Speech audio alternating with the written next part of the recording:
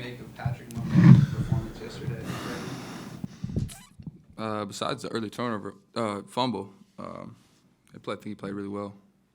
Made the right throws, ran when he needed to run. I think Chiefs did a better job on 4 downs.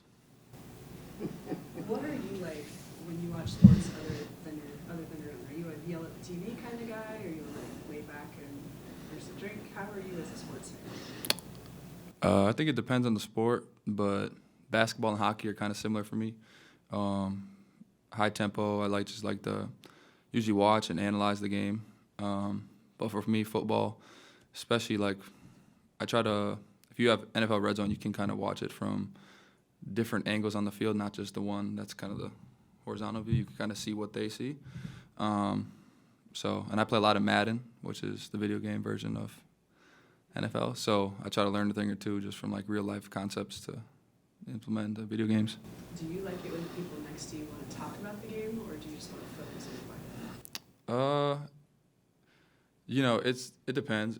It's different people. Some people just yell just because of the emotion of the game, and they don't really know what they're saying. And so I'm not a big fan of that. But if you actually kind of know what's kind of going on, then it's cool to hear people's knowledge. You obviously had a long layoff. Wondering, what are the things you noticed that maybe you might not have noticed if you were playing from watching, from watching on the side versus being on the court? Yeah, first and foremost, just how much joy I have when I get to play. Having the absence that I had, not being able to compete at all, just kind of shows you how much love and joy you have for the game, regardless of, if you're playing good or bad, just the joy of being out there and how grateful we are. And from a team's perspective, things kind of just slow down when you get to watch for 48 minutes on the bench, and you see things a little bit differently. And I think it's helped me just in these past 2 games, just kind of be more of myself. And you looked more settled down than you did earlier this season, more comfortable with what you're trying to do, and more purposeful. Is that accurate to say? Yeah. What, going back to what you said, just in terms of what you saw from the sideline, what are some of the things that you're able to apply in real time the last couple of games you noticed? Yeah, I think there's a bunch of things. First and foremost, just making the game easier for myself. Whether that be off closeouts because I'm out there with Dennis or Steph, or if I'm on the ball, just seeing pick and rolls and their development slower for me. Seeing the pictures more from the tags and whatnot. So I think just a bunch of those things, shooting the ball, knowing that I can get a shot off and less than 1% of the NBA is going to block my shot. So just being able to shoot with confidence and just let it go when I'm open. How much were you able to work on your jump shot while you were recovering? A decent amount. There's baby steps with running, with moving. But I try to, shoot every day and try to get better. And I think me and my trainer, we started to work on my jump shot a lot end of November, early December, and I think since then I've been shooting pretty well. So, what were some things that you two worked on mechanically? Yeah, I think just being solid, meaning just early in the season, I would shoot kind of tail off one way or the other. So just being solid and, especially in workouts, having the mindset of shooting every shot like it's your last shot. And so sometimes in a workout you get in the habit of you're shooting so much, you take reps off in the sense of you get lazy with the things you're trying to work on. And in the game, it's you only get one shot to do it in that moment.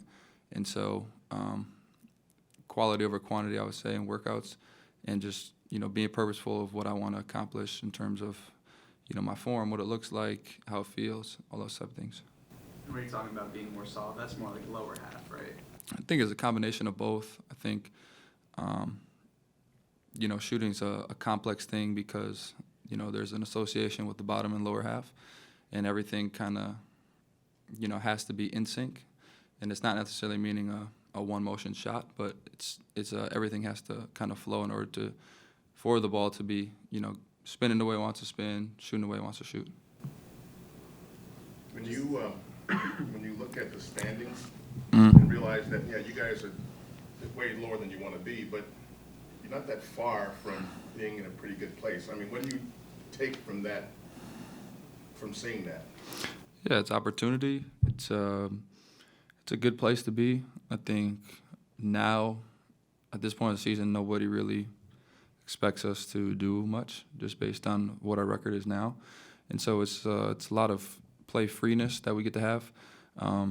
But I think we have a good opportunity. Guys are just starting to get back healthy.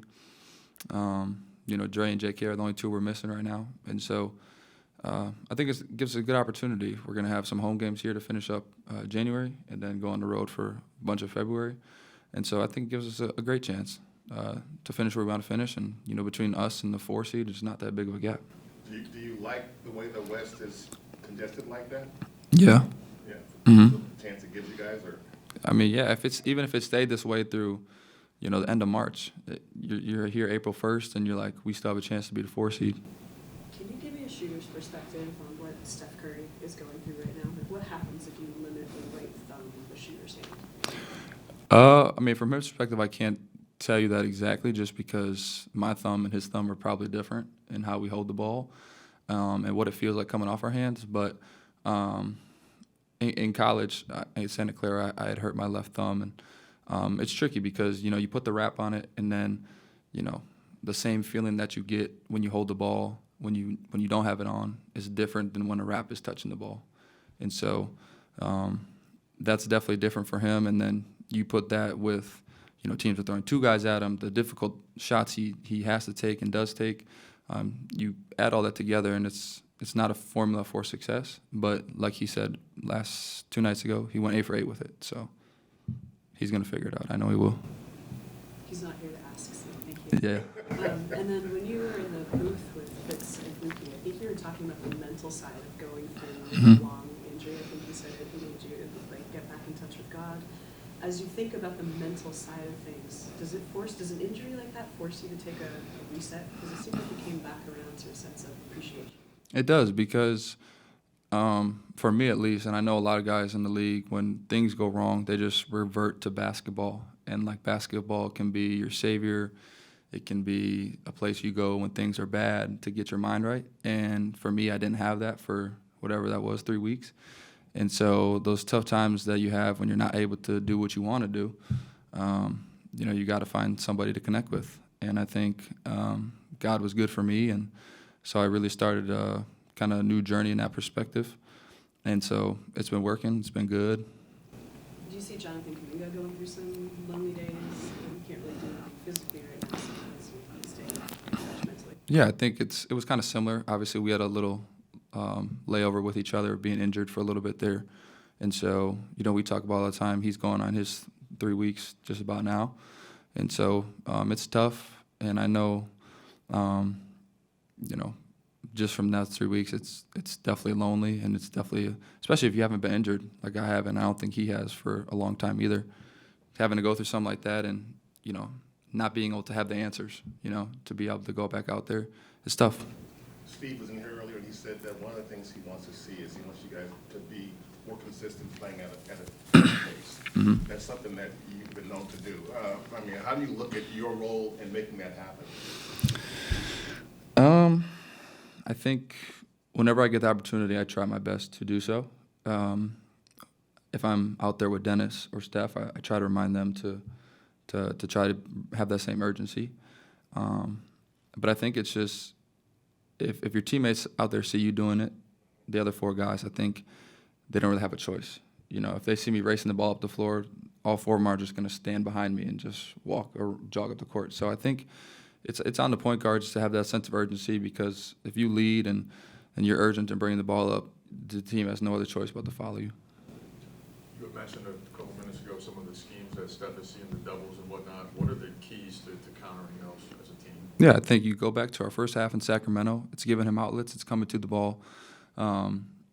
Steve had a great analogy, just like in football, if a quarterback's scrambling and guys are coming at him, you don't run away from the ball, you come to the ball. So just giving him outlets. And I think in the Sacramento game, we did a good job of that, and we were able to play 4-on-3 and get a good shot every time. And then in the second half, we started to turn it over. But, give credit to Steph. He's really good at getting the ball out, and some people that's hard to do.